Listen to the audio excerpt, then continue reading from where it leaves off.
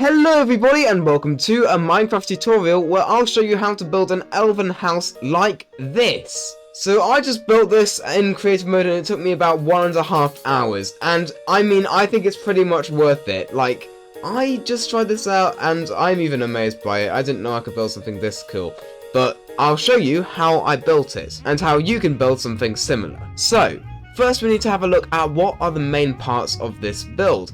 So you can see the main thing actually is the shape. So it's fairly simple, right? The shape is really simple. We've got a little tower around here, so a circle, and then we've got a bit of a sort of square, but with rounded corners. And the shape of an elven building is incredibly important. So I'll just sort of build this out here. So say we have a little circle like this. This is of course not the size you're going to want to make your build, but this is just an example of what you could have sort of in design. This is sort of what this build is. So of course our build is a little bit bigger than that, but that is basically what it is, maybe slightly longer that way. So you can see that in elven building you want to have a combination of curved lines and absolutely straight lines, and the use of those will really help make your build stand out. So now, what are the main things you can copy from this build into your own? So one of the main things I use in elven building is this style of pillar, which is stripped birch log, sandstone wall, birch fence, sandstone wall, and then stripped birch log. Again, of course, you could do a different load of materials, or if you're wanting to do a more sort of cathedral-like or stone elven, you could get lodestone. We'll get up some lodestone right there, and then we could even get some stone brick and join these together up like that, or use andesite or something like that. And the main reason I put the fence in is to make it more curved and make it more fantasy, because the whole point of elven is it's supposed to be fantasy. You wouldn't have this as an actual pillar in real life because it just wouldn't stand up. Well, I mean, it would stand up, but it just wouldn't be very strong with this tiny little bit here and all the force being pushed down here, and that would not stand up for very long. The next thing you can see is the block palette I have chosen. So I've got an interesting one here because a lot of people don't like diorite, but trust me, it is really useful. So for the walls, this is the block palette, and I think if you have some sort of gradient for a sort of wall for an elven build, it makes it all the better. So you could have a sort of grey one, or you could have this, and I think it's really useful to have some sort of monochrome colour, so that then the roof can stand out being a really nice colour. Like, for example, we've got this combination of stripped mangrove wood, we've got red concrete and red terracotta, and that is a really nice combination. You could do other things like, say, warped wart block, cyan wool, and stripped warped hyphae. This is a really nice combination as well, because you can see we've got a nice gradient put in there like the red one, and this then goes dark to light, and you can have this going up like that. You can do similar things with sort of green colours and other things. But that's all good talking about the colours for the build, but how do I actually shape it? So the roof, I like either two different styles of elven building. So I'll just show you. There is sort of just very pointy, and it just gets increasingly pointier each time until it gets to the middle. This is useful if you have a fairly thin build, because then you can easily put it down on the other side. But what has happened in this build is that we've done that for a bit, so we've sort of gone up like so, and gone up, and then realised we have plenty of space and we don't really want to continue going up.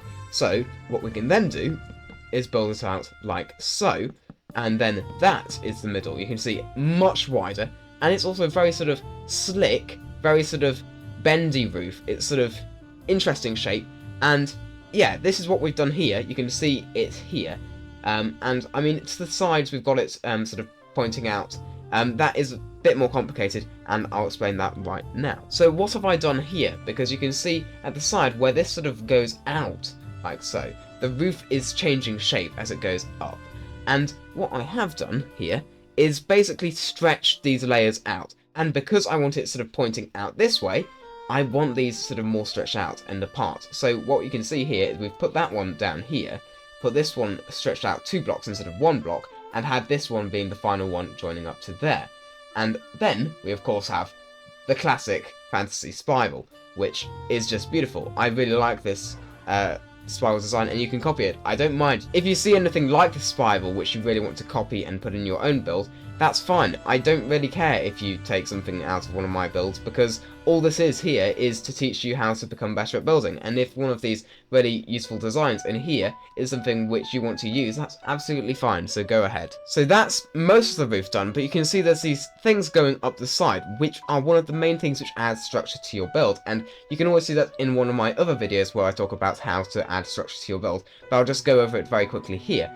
These are sort of like extensions to the pillars down here, and this just makes there be extra colour. If I removed these, it would be a flat canvas of loads and loads of red colour, and that would not be interesting. We need some more depth in there, and this is a great way of adding it. Just using some stairs going up and then putting some trapdoors in like that. It just makes it stand out slightly. And don't be worried if like you've got a really sort of blocky roof and not got stairs in it and you're putting stairs on, because this looks fine. You can see that this looks fine. I was slightly worried about doing this before I started building, but really I shouldn't have been worried at all, because this looks absolutely fine. So now we're going to look at the tower, because towers are slightly more complicated when it comes to Elven style of building, because we've got a circular one, but yes, it goes in the middle, so I'll very quickly show you what I did here. So this was the size of tower, and what we did was about, say, this far up we go in, but I'm going to cut it down to just here, where I'm going to just very quickly